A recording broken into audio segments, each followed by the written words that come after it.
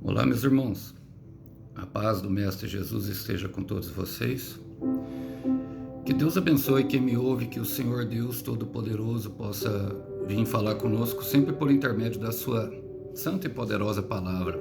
Poderosa para nos instruir, poderosa para nos proteger, para nos tornar vigilantes e para nos entender, nos fazer entender também os princípios a qual Ele mesmo estabeleceu toda a vida e que rege todo este mundo. Vamos lá, vamos para a nossa conversa, para a nossa breve reflexão.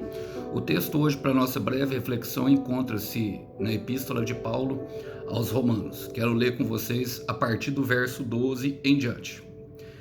Não deixem que o pecado reine sobre seu corpo, que está sujeito à morte, cedendo aos desejos pecaminosos.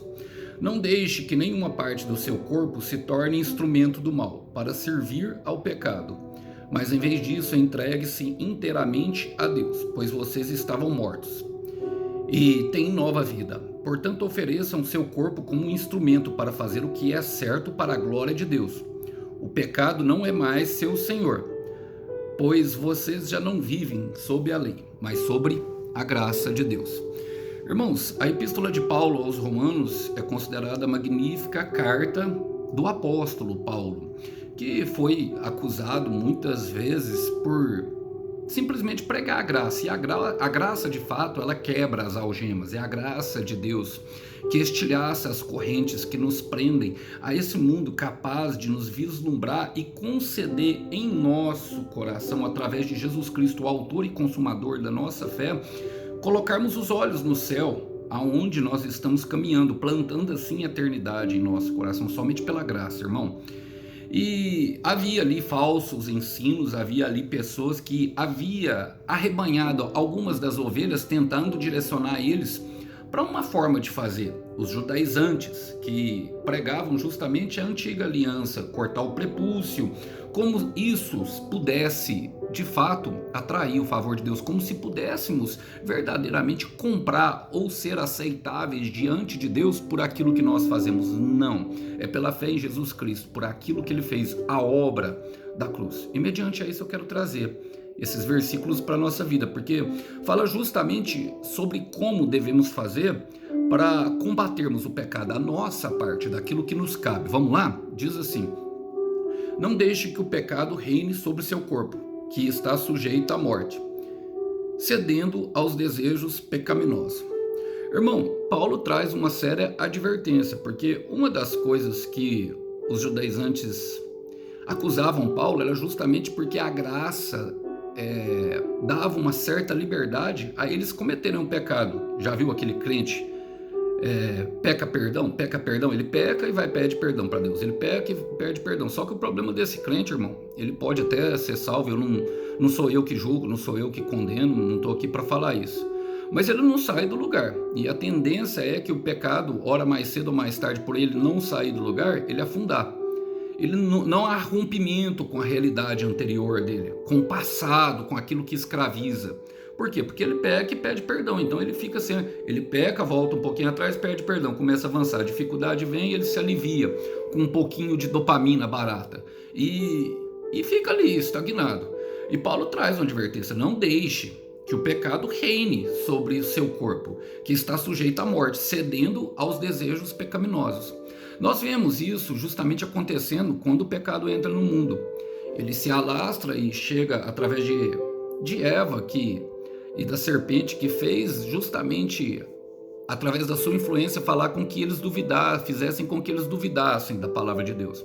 Os seus filhos foram contaminados. Caim matou Abel. E depois do pecado de Caim, Deus se apresenta a Caim, e no capítulo 4, versículos 6 e 7, ele traz a seguinte palavra: então o Senhor pergunta a Caim: por que tirastes? E por que está decaído o teu semblante? O pecado, ele se transfigura e mostra através do nosso semblante. É por isso que muitas pessoas se escondem, meu irmão, ao pecar, porque é visível, sabe? A pessoa que encontra-se em pecado, eu conheci algumas pessoas, e não vou citar nome, mas tinha uma irmã que eu ministrei ela muito durante o tempo que eu estava lá na minha última comunidade, e ela só andava com olheiras nos olhos, não dormia, irmão. E a palavra fala que o sono do justo é guardado pelo Senhor. E no livro de Salmo, que o Senhor guarda, que Ele zela pelo nosso sono. Uma pessoa com um semblante descaído, irmão, ela mostra realmente aquilo que está acontecendo dentro do coração dela, dentro do interior dela. Logicamente, ela não precisa de julgamento, precisa de ajuda, como todos nós precisamos. E no versículo 7 ele fala: se procederes bem, não se há de levantar o teu semblante, e se não procederem bem, o pecado jaz à porta, e por isso será o seu desejo.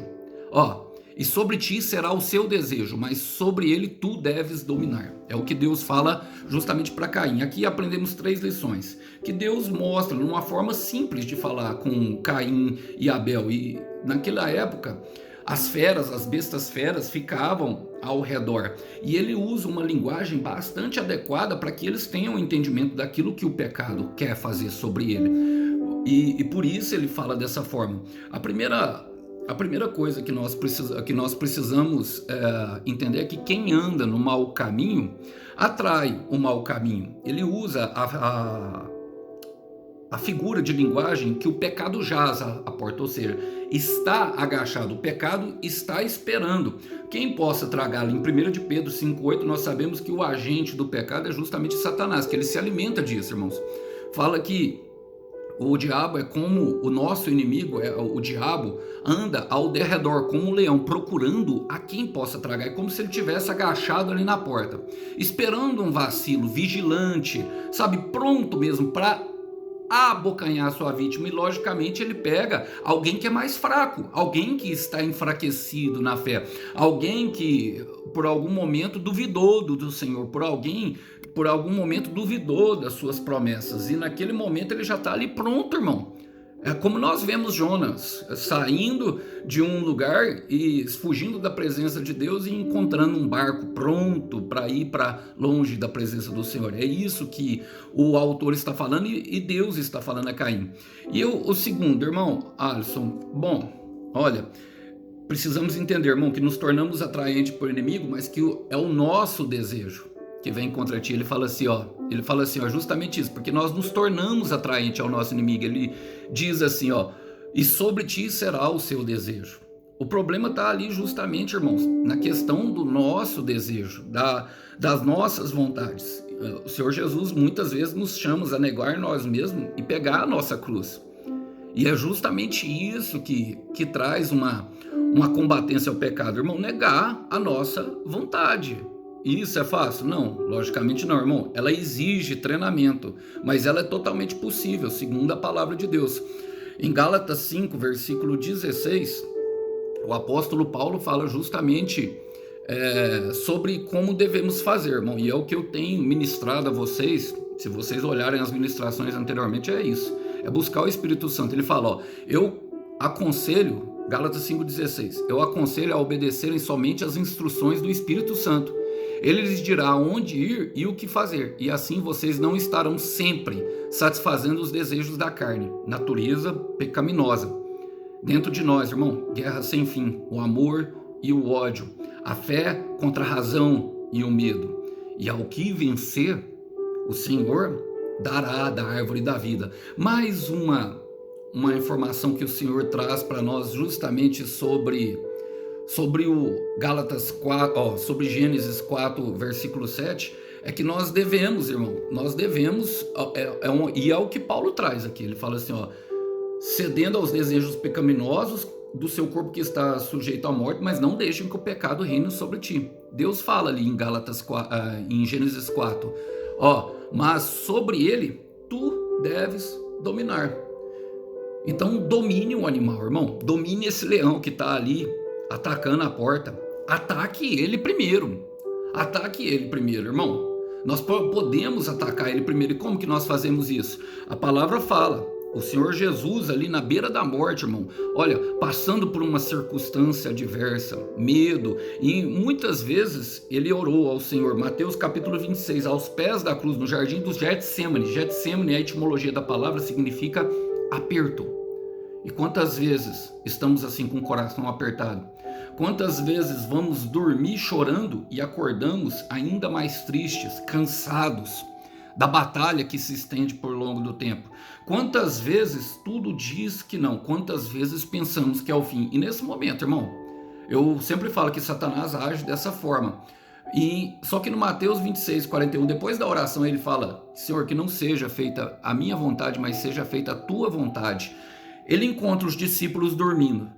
E o dormir fala justamente, meu irmão, do sono e da indolência, do pecado. Eles estão na maior batalha espiritual ali. O Senhor fala assim: não podeis vigiar e orar. E é um estado de vigilância e oração. Mas ele fala assim, ó, no Mateus 26:41, o espírito está pronto, mas a carne é fraca. E nós precisamos entender. Tem gente que usa esse versículo: Deus sabe que a minha carne é fraca, para pecar, irmão. Não, ele usou justamente para nos informar que nós devemos manter vigilância e, como Paulo fala, andar no Espírito.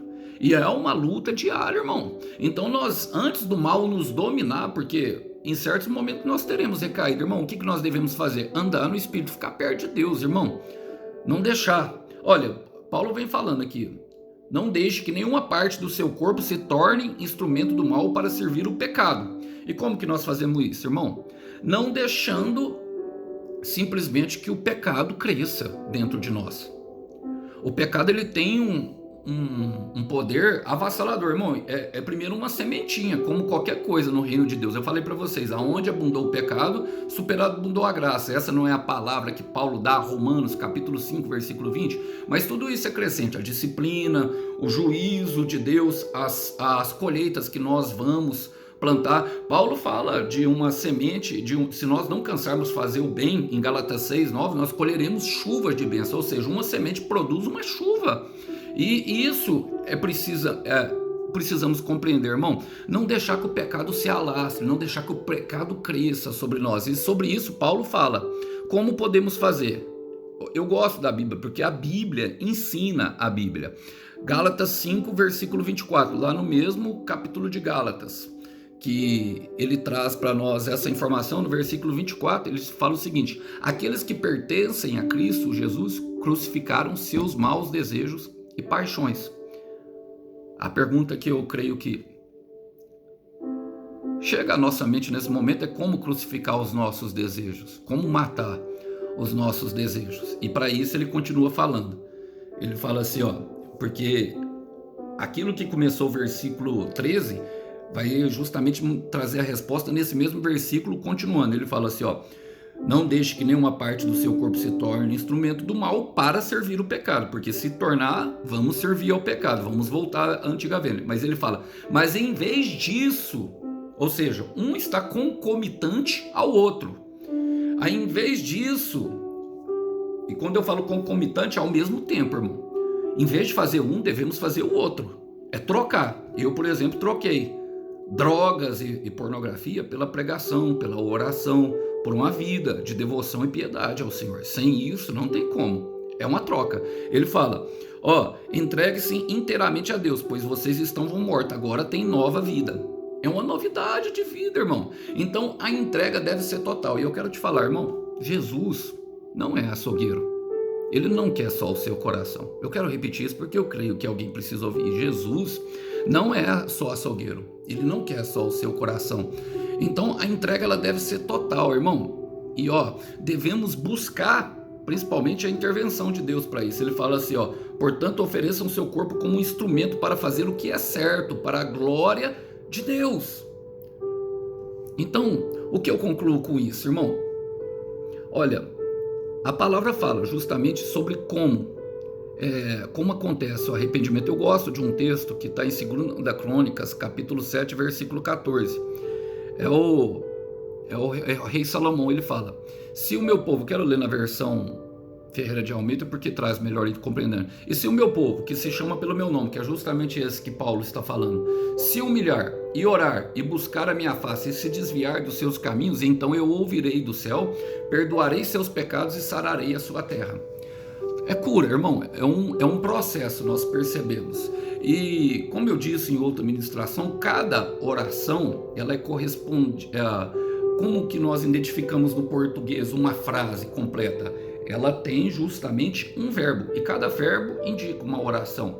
O problema é que acontece justamente na nossa entrega total, meu irmão, que alguns irmãos, por exemplo, humilham e oram, mas não buscam a face do Senhor e se desviam dos seus caminhos. Nós podemos ver isso na nação de Israel muitas vezes.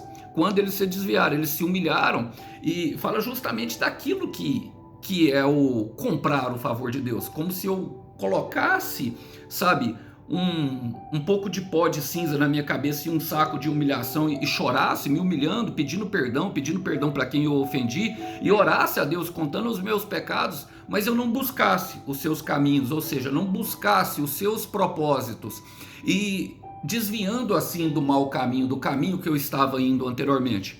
Outras pessoas buscam os seus caminhos, sabe? E até buscam a face do Criador, mas não se humilham e não oram, não pedem perdão pelos seus pecados, não há o ato de confissão. Então, se não for completo, o ato do Senhor também não será completo. Ele fala que só então, e tem muitas pessoas buscando um então em sua vida. Então eu ouvirei do céu e perdoarei os seus pecados. Irmão, buscar a intervenção de Deus, ela vai muito além de simples atos. Olha, ele fala assim, portanto, ofereçam seu corpo como instrumento para fazer o que é certo para a glória de Deus. O nosso corpo carrega a nossa alma e o nosso espírito. Ele está falando para nós oferecermos todo o nosso ser. Mateus 22, 27. Amem o Senhor teu Deus com todo o teu conhecimento, com todo o amor, com toda a fé e com todo entendimento. É corpo, alma e espírito naquilo que nós estamos fazendo, irmão. Quando eu venho aqui, eu coloco a alma na pregação. Quando eu vou orar, eu coloco as minhas lágrimas incessantes em saber qual o caminho o Senhor tem para nós, irmão. Então, arrepender-se é muito mais do que pedir desculpa para Deus.